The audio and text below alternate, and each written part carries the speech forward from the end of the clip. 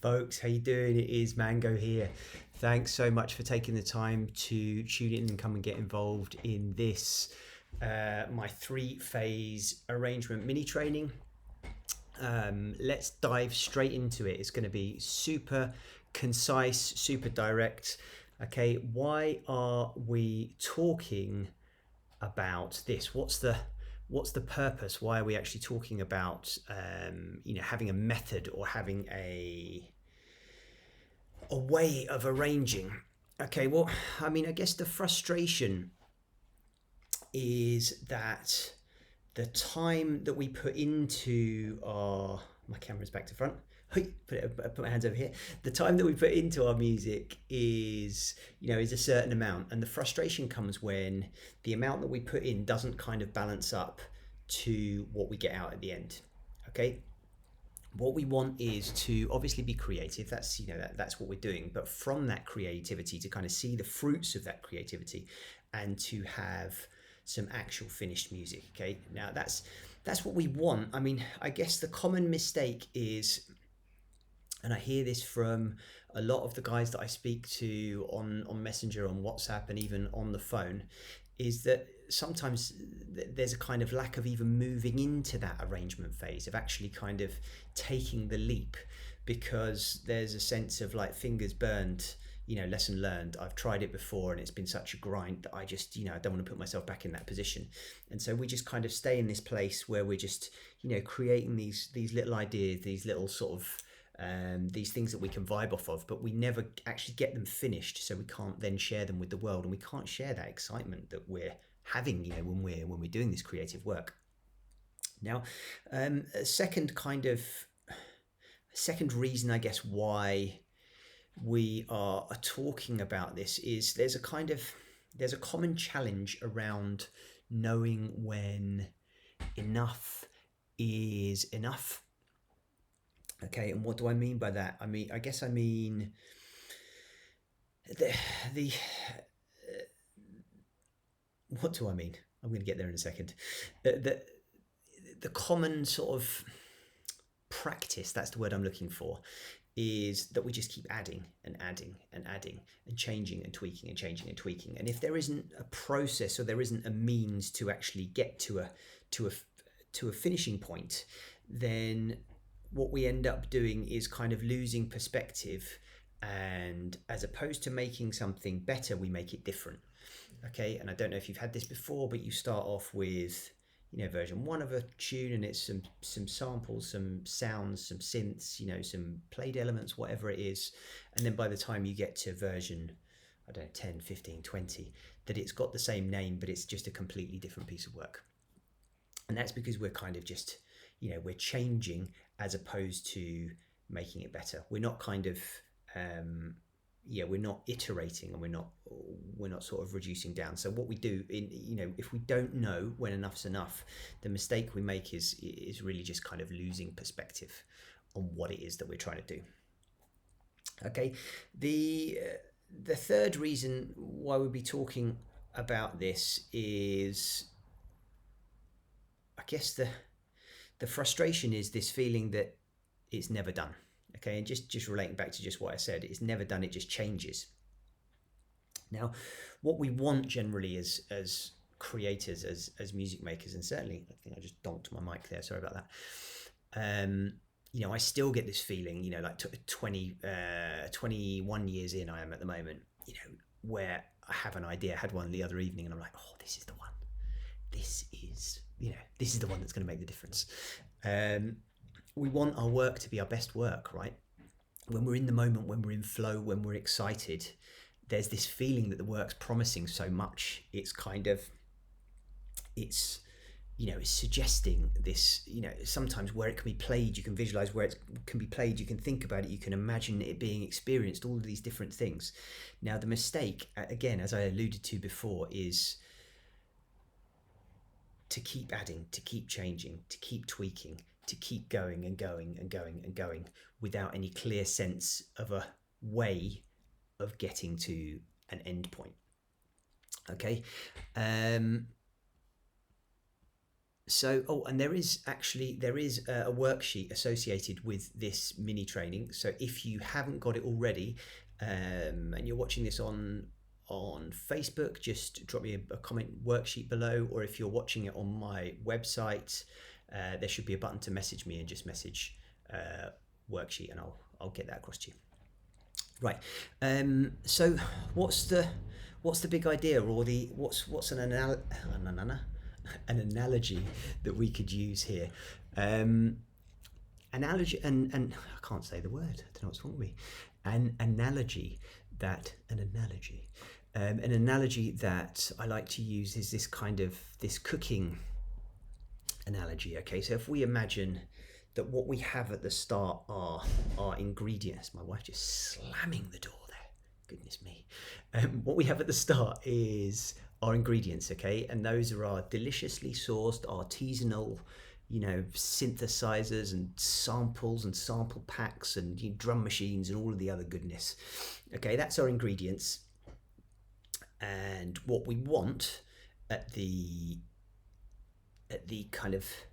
end of the process is we want a finished dish, and we want that finished dish. Maybe we want to share it with loved ones, or we want to share it with other people, but we want some sense of this kind of, a way of these ingredients coming together that we can say, here, do you want to have a little taste of this? Okay.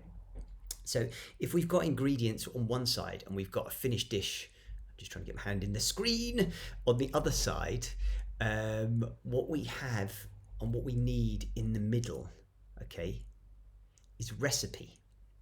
Now, a recipe is another way of referring to a process, okay? It's a process of converting those ingredients into a finished dish. And that's what we need. We need a recipe to turn our ingredients into a finished dish. Now, and just to let me be super, super clear, right? I'm sharing with you a recipe, okay? If you've ever watched, I don't know, Jamie, I'm thinking of Jamie Oliver, obviously. If you've ever watched any cooking program, okay, there's millions of recipes, all right? I'm not suggesting that my recipe is the only recipe. This is just a recipe that I have used that I know gets me finished dishes consistently, and I know that it gets finished dishes consistently for the guys and girls that have been through my coaching program, all right? So I'm not by any means saying you can only use Tommy's recipe. By all means, use any recipe you like. However, what I would say is, if you don't have a recipe, okay, you want to get a recipe. Because if you could imagine the ingredients for a spaghetti bolognese, okay, and you've got some pasta, and you've got some tomatoes, and you've got some garlic, and you've got some onions, you've got some celery, and you've got some bit of stock, and you've got some salt and pepper. If no one, and some meat or vegan meat substitute, if no one's ever told you how to combine those before, if you've never had any instruction, you've never seen your mum, your dad, your nan, your partner cook this dish, how on earth are you going to put those ingredients together? What do? You crunch up the pasta, pop it in, fry it with a bit of garlic, pour some stock on, put the tomatoes in, jobs are good, and serve it up on a plate. It's like, do you cook it for an hour? Do you cook it for 10 hours? Hopefully you get where I'm coming from. I don't want to labor this recipe point. So get a recipe. Okay. All right. So there is, hopefully you have a copy of my 3-phase arrangement PDF. That's included in the workbook, by the way. If you, as I said earlier on about the workbook, leave me a comment on the Facebook, underneath the Facebook video, or if you're on the website, just drop me a message.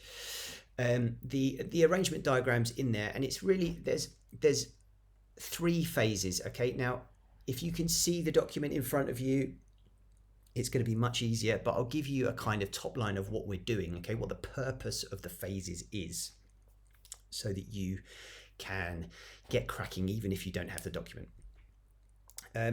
The first phase, okay, the first phase is all about getting going, getting momentum, getting moving, getting the ideas into a nice idea soup and giving them a good stir to get some senses of kind of the mushing together. So mushing doesn't sound very delicious, does it? But you're stirring it up, okay? You're seeing what comes out as you kind of combine these these elements, you kind of doing this alchemy. Okay, so getting moving, getting momentum. That's the first phase.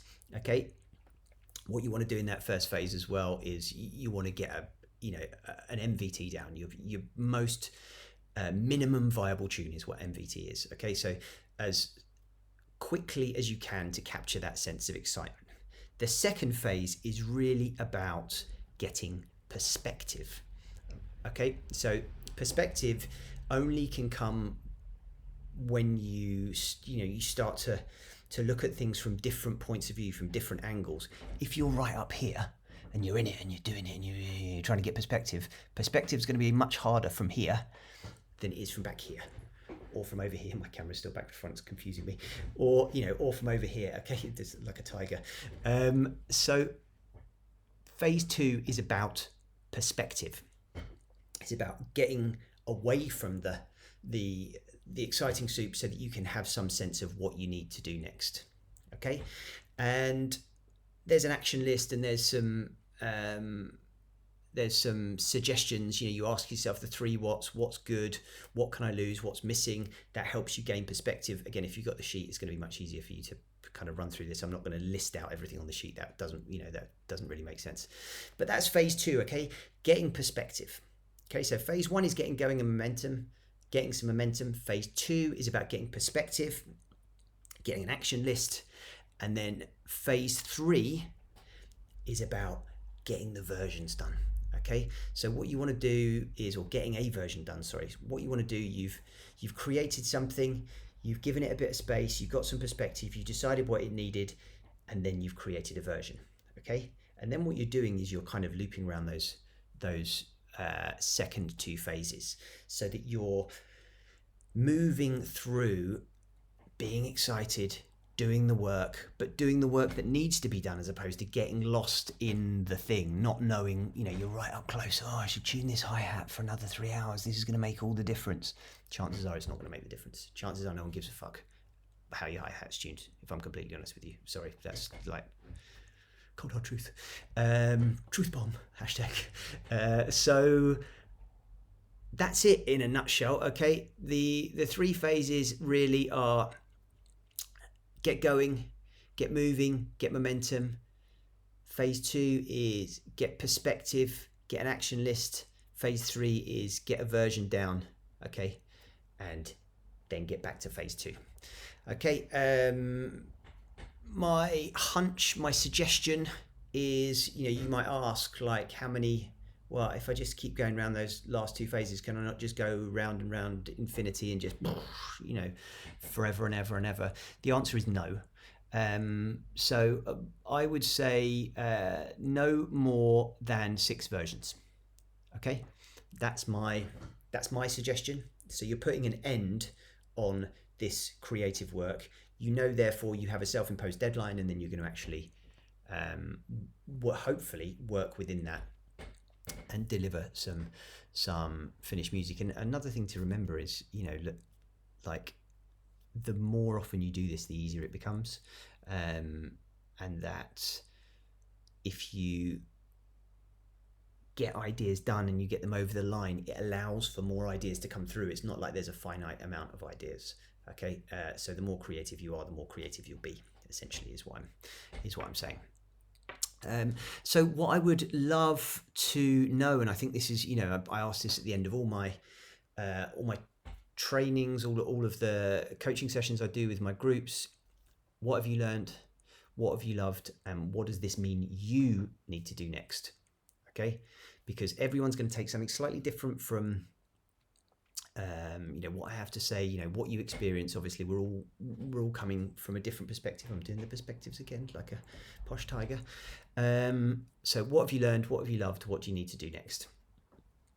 As I said, there's a worksheet that accompanies this training.